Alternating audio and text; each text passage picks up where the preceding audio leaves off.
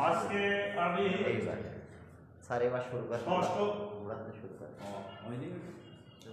এবার গেছে। বিসমিল্লাহির রহমানির রহিম।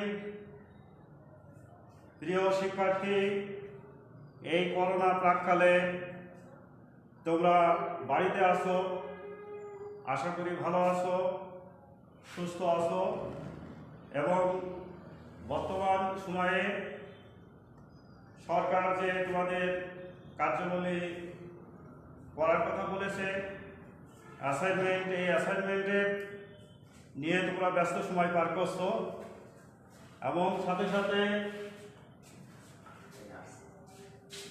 তোমরা তোমাদের যে সিলেবাস আছে সেই সিলেবাস ভালো করে পড়ালেখা করবে, কারণ পড়ালেখার মাধ্যমে তোমরা তোমার সিলেবাস জানতে পারবে, তোমার পাঠ্যপুস্তকে কোথায় কি লেখা আছে সেগুলো আশা করি জানতে পারবে।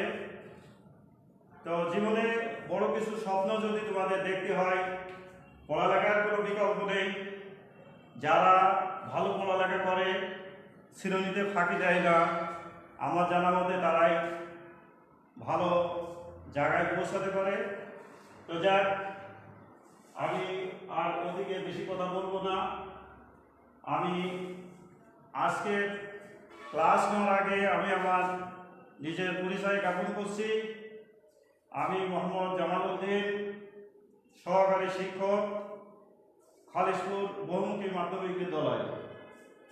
তো এই করোনার প্রাককালে খালিশপুর বহুমুখী মাধ্যমিক বিদ্যালয় যে উদ্যোগ গ্রহণ করেছে তার জন্য আমরা খুবই গর্ব অনুভব করছি, কারণ দেশ এগিয়ে যাচ্ছে, আমরা কেন পিছিয়ে থাকবো।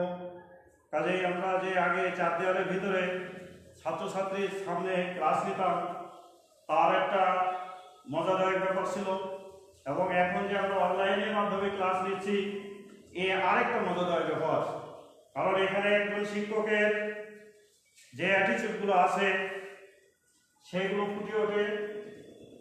তো আমি আজকে ষষ্ঠ শ্রেণীর আইসিটি অর্থাৎ তথ্য যোগাযোগ প্রযুক্তি বিষয়ের উপরে একটা ক্লাস নেব। তো প্রিয় শিক্ষার্থী, তোমরা বাসায় আসো বা যেখানেই থাকো, যারা বাসায় আসো তারা আমার সাথে তোমরা শেয়ার করো তোমাদের যে বই আছে ষষ্ঠ শ্রেণীর আইসিটি, এই বইয়ের পেজ নাম্বার 37 পেজে তোমরা দেখো বা 37 পেজ খোলো।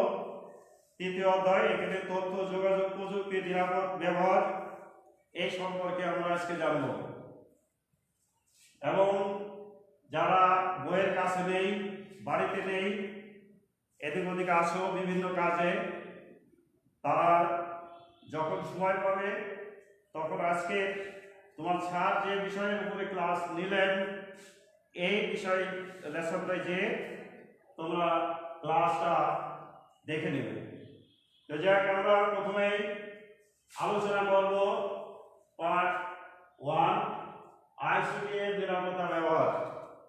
তো আসলে আইসিটি মেইনস হচ্ছে তথ্য যোগাযোগ প্রযুক্তি। এই তথ্য যোগাযোগ প্রযুক্তি যে আমাদের অনেক কিছু দিয়েছে, যার মাধ্যমে আমরা এই যে ক্লাস নিচ্ছি অনলাইন, এখানে একটা স্ট্যান্ড আছে, এখানে মোবাইল আছে, এবং এর জন্য আমাদের বিদ্যুৎ কানেকশনও দরকার। তো এটি আমরা কিভাবে নিরাপদ ব্যবহার করব সে বিষয়ে আমি আলোকপাত করব। তো শিক্ষার্থী বন্ধুরা, যে কম্পিউটার সেটা কিন্তু আমাদের বিদ্যুৎ সংযোগের মাধ্যমে এটা পরিচালিত হয়। এখন এই বিদ্যুৎ সংযোগকে যে বিষয়গুলো সেগুলো আমরা একটু দেখব, এবং ডেস্কটপ কম্পিউটারকেও অনেক সময় বিদ্যুৎ সংযোগ দিতে হয়। ল্যাপটপ কম্পিউটারে ব্যাটারি চার্জের সাহায্যে আমরা বিভিন্ন সময় বিভিন্ন কাজ করতে পারি, তার জন্য সরাসরি বিদ্যুৎ আমাদের প্রয়োজন হয় না। আমরা যে কোনো সময় এই ল্যাপটপ চার্জ দিয়ে আমরা অন্য কোনো সময় যখন বিদ্যুৎ থাকে না তখনও ল্যাপটপের মাধ্যমে আমরা বিভিন্ন কার্যক্রম করতে পারি। তো শিক্ষার্থী বন্ধুরা, এই বিদ্যুতের এখানে ভোল্টেজের কথা বলা হয়েছে তোমাদের এই পার্ট 1-এ। বৈদ্যুতিক ভোল্টেজের 15 ভোল্টের বেশি হলে আমরা সেটা অনুভব করতে পারি যে আমাদের দেশে বিদ্যুৎ সরবরাহের ভোল্ট সাধারণত 220। কাজেই এবং বিদ্যুৎ আমাদের শরীরের সাথেও যুক্ত, কারণ আমাদের শরীরে তো একটা স্পিড বা গতি আছে, গতির সাহায্যে আমরা চলাচল করি। এই গতি মানেই তো বিদ্যুৎ। শরীর স্পর্শ করেও আমরা অনেক সময় ভয়ানক বৈদ্যুতিক শক অনুভব করবো। আমাদের হৃৎপিণ্ডের স্পন্দন বা আমাদের মাংসপেশি ব্যবহার করে হাত ও পা নাড়াচাড়া করার সময় আমাদের মস্তিষ্ক থেকে স্নায়ুর ভিতর দিয়ে সংকেত আমরা পাঠাই। তদ্রূপ বৈদ্যুতিক বিদ্যুৎ মাধ্যমে আমরা বিভিন্ন সংবাদ এখান থেকে ওখানে পৌঁছাতে পারছি। এবং এই নিরাপদ ব্যবহারে কম্পিউটারের প্রসেসর যখন গরম হয়ে যায় তখন এই কম্পিউটারের ক্ষতি হতে পারে। কাজেই আমরা যখন কম্পিউটার ব্যবহার করব তখন কম্পিউটারের প্রসেসরের আলাদাভাবে আমরা ফ্যান যুক্ত করতে পারি, কারণ এই ফ্যান বা বৈদ্যুতিক পাখার মাধ্যমে আমাদের প্রসেসরগুলো ভালো থাকে। এবং তাছাড়া কম্পিউটারের ভিতর থেকে যখন গরম বাতাস বের হয়ে যায় তখন বা কম্পিউটার যখন গরম হয়ে যায় তখন এই ফ্যান লাগালে কম্পিউটার সুন্দর এবং সঠিকভাবে কাজ করতে পারে। প্রিয় শিক্ষার্থীরা, তো আমাদের বিদ্যুৎ ব্যবহারের ক্ষেত্রে সবসময় যে নিরাপদ ব্যবহারগুলো সেগুলো জানতে হবে। যে আমরা যখন এর ব্যবহার করব তখন কম্পিউটার ব্যবহারের জন্য ঘরের ভিতরে যে এয়ার কন্ডিশনার লাগিয়ে ঘরটাকে ঠান্ডা রাখতে হয়, এ কথাগুলো একেবারেই যে ঠিক তা নয়। তুমি যদি এয়ার কন্ডিশন সহ্য না করতে পারো তাহলে তো এর প্রয়োজন নেই। কাজে আমরা যখন সুইচ দেব তখন এই সংযোগ অবশ্যই নিরাপদ থাকতে হবে, কারণ নিরাপদ না থাকলে যে কোনো সময় বৈদ্যুতিক যে ব্যাঘাতগুলো, বৈদ্যুতিক সমস্যাগুলো বা বৈদ্যুতিক যে দুর্ঘটনাগুলো ঘটে যেতে পারে। কাজে শিক্ষার্থী বন্ধুরা, আমরা যখন কম্পিউটারের লাইন অন করব তখন অবশ্যই দেখে নেব যে সুইচগুলো ঠিক আছে কিনা, কারণ এগুলো যদি না ঠিক থাকে তাহলে আমাদের কম্পিউটারের ক্ষতি হয়ে যেতে পারে। তো এখানে আমাদের পার্ট 1 যেটা সেখানে আইসিটি নিরাপত্তা ব্যবহারগুলো সম্পর্কে আমরা জানলাম। তোমরা তোমাদের যে পাঠ্যপুস্তক আছে এটা আরেকটু পড়ে নেবে বিশদভাবে। আমরা যে আলোচনা করলাম তার মাধ্যমে আশা করি তোমরা সুন্দরভাবে বুঝতে পারবে। যখন বইটি পড়বে তখন আরও সুন্দরভাবে বুঝতে পারবে। তো এরপরে আমরা যে দ্বিতীয় অধ্যায়ের আরেকটা পাঠ ছিল যে আইসিটি যন্ত্রপাতি রক্ষণাবেক্ষণ। তো আইসিটি যন্ত্রপাতি তো আমাদের অনেক কিছুই আছে, যেমন আমাদের কম্পিউটারের মনিটর একটা অংশ।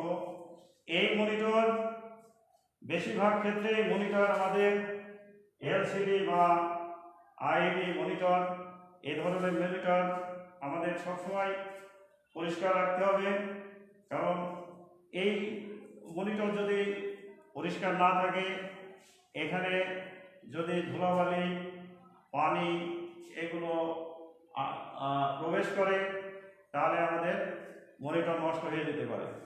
তো সেক্ষেত্রে আমাদের যে তরল জাতীয় যে জিনিসগুলো আছে, পানি, তেল, এইগুলো আমরা মনিটরের আশপাশে রাখবো না, কারণ অনেক সময় দেখা যাচ্ছে যে এই পানি পড়ে গেল, মনিটরের উপরেই পড়লো, পড়ার ফলে কী হবে, এবার মনিটর নষ্ট হয়ে যেতে পারে। কাজেই আমরা এই তরল যে জাতীয় যে জিনিসগুলো আছে সেগুলো আমরা মনিটরের কাছে রাখবো না। এবং ধুলাবালি, আমাদের দেশ যেহেতু নাতিশীতোষ্ণ দেশ, এখানে গরমই বেশি পড়ে, বৃষ্টিপাত অনেকটাই কম হয়। তো সেক্ষেত্রে ধুলাবালি আমাদের যে কর্মক্ষেত্রগুলো আছে সেখানে প্রবেশ করাই স্বাভাবিক। কারণ তোমরা দেখো যে এই যে ফ্যানটা তো রানিং চলার পরেও এই রানিং জিনিসে আবার কিভাবে ধোঁয়া পড়ে। আমরা দেখি যে এই ফ্যানের রানিং জিনিস চলছে, তারপরেও এখানে ধুলাবালি জমছে। তদ্রুপ তোমার মনিটরে ধুলোবালি জমতে পারে, এবং এই ধুলাবালিগুলো আমরা যাতে না জমে সেইভাবে রাখবো। মনিটরটা আমরা যদি ঢেকে রাখি, সেক্ষেত্রে কাজ করার পর বা কাজের সময়ে যদি আমরা স্ক্রিপ পেপার দিয়ে ঢেকে রাখি, তাহলে সেক্ষেত্রে এই ধুলাবালি থেকে আমরা আমাদের মনিটরকে রক্ষা করতে পারবো। এরপরে আমাদের অন্য একটা পার্ট আছে কম্পিউটারে, সেটা হচ্ছে কিবোর্ড। এই কিবোর্ড আমরা কিভাবে পরিষ্কার করব? আমরা হাত দিয়ে তো পরিষ্কার করতে পারবো না। কিবোর্ড পরিষ্কার করতে হলে আমাদের যে কটন বার আছে, সেই কটন বার দিয়ে কিবোর্ড আমরা পরিষ্কার করবো। তোমাদের যে বইতে আছে ছবিও দেখতে পাচ্ছ যে এখানে কিবোর্ড আছে। কিবোর্ড কটন বার বা রেশমি কাপড় বা পাতলা কাপড়, সুতি কাপড়, এর মাধ্যমে আমরা পরিষ্কার করতে পারি। এরপরে আরো একটা যন্ত্রপাতি আছে, সেটা হচ্ছে মাউস। মাউসের ছবি তোমরা দেখতে পাচ্ছ যে মাউস আলো প্রতিফলিত হয়ে সেটা মাউসের লেন্স যদি অপরিষ্কার হয়ে যায়, তাহলে এ ঠিক মতো কাজ নাও করতে পারবে। তো সেক্ষেত্রে আমরা মাউসটিকে ধুলাবালি যাতে না জমে সেদিকে অবশ্যই লক্ষ্য রাখবো, এবং এখানেও আমরা কটন বার বা নরম সুতি কাপড়ের মাধ্যমে আমাদের মাউস আমরা পরিষ্কার করতে পারি। তো শিক্ষার্থী বন্ধুরা, আরো আমাদের যে এই অধ্যায়ে আরো পাঠ আছে, সেগুলো আমরা পরবর্তী ক্লাসে আলোচনা করব। তো তোমাদের আজকে আমি যে বিষয়ের উপরে আলোকপাত করলাম সেটা হচ্ছে পার্ট 1, আইসিটি নিরাপত্তা ব্যবহার এবং আইসিটি যন্ত্রপাতি রক্ষণাবেক্ষণ, এইগুলো পাঠের উপরে। তো এই ক্ষেত্রে আমরা যখন আমাদের কম্পিউটার হোক, ডেস্কটপ হোক বা অন্যান্য ইলেকট্রনিক্স যে জিনিসগুলো আছে, সেগুলো মোবাইলও হতে পারে, তো সেগুলো ব্যবহারের ক্ষেত্রে অবশ্যই আমরা সজাগ থাকব। কারণ একটা জিনিস অনেক সময় কথাই বলে যে ওল্ড ইজ গোল্ড। কারণ জিনিস পুরাতন হয়ে গেলেও যদি তার রক্ষণাবেক্ষণ সুন্দর থাকে, তাহলে সেক্ষেত্রে ওই জিনিস কিন্তু অনেক দিনই টিকবে। আর যদি আমরা ভালো জিনিস কিনলাম কিন্তু তার সঠিক কেয়ার নিলাম না, সঠিক পরিষ্কার পরিচ্ছন্ন করলাম না, সেক্ষেত্রে দেখা যাচ্ছে কি হবে যে আমাদের দেখা যাচ্ছে ওই জিনিস সহজে ড্যামেজ হয়ে যেতে পারে। তো প্রিয় শিক্ষার্থী, তোমরা তোমাদের পাঠ্যপুস্তকের মাধ্যমে যে জিনিসগুলো আমরা দৈনন্দিন ব্যবহার করি, সেই জিনিসগুলো অবশ্যই পরিষ্কার পরিচ্ছন্ন রাখবো। এই একটা জিনিস পরিষ্কার পরিচ্ছন্ন মাধ্যমে আমাদের যে শুধু জিনিসপত্র বা যন্ত্রপাতি যে ভালো থাকবে তা নয়, আমরা এই জিনিসগুলো যদি ভালো থাকে তাহলে আমাদের মনও ভালো থাকবে। যেমন আমি এর পাটের বাইরে যেমন আমাদের যে ঘরে বাস করি, এই ঘরটা যদি পরিষ্কার পরিচ্ছন্ন আমরা প্রতিদিন রাখি, তাহলে কিন্তু ওখানে আমরা হেলদি লাইফ, একটা স্বাস্থ্যবান জীবন উপভোগ করতে পারবো। তো প্রিয় শিক্ষার্থী, তোমরা ভালো করে একটু পড়বে, পড়ার মাধ্যমে আরও জানতে পারবে, এবং তোমাদের যদি আরও কিছু জানার থাকে তাহলে অবশ্যই কমেন্ট করবে, প্রশ্ন করবে। আমি সেই কমেন্ট বা তোমাদের যে প্রশ্নগুলো করবে সেই প্রশ্নগুলোর উত্তর দেওয়ার চেষ্টা করবো। তো ঠিক আছে, তোমরা এই যে মহামারী করোনা, এই প্রেক্ষাপটে তোমরা ঘরে থাকো। একান্ত প্রয়োজনে যদি বাইরে যেতেই হয় তাহলে মাস্ক ব্যবহার করো এবং সামাজিক দূরত্ব সবসময় বজায় রাখো। তো তোমাদের সুস্থ এবং সুন্দর জীবন কামনা করে আমি আমার এই ক্লাস এখানেই শেষ করছি। আল্লাহ হাফেজ, সবাইকে অনেক ধন্যবাদ।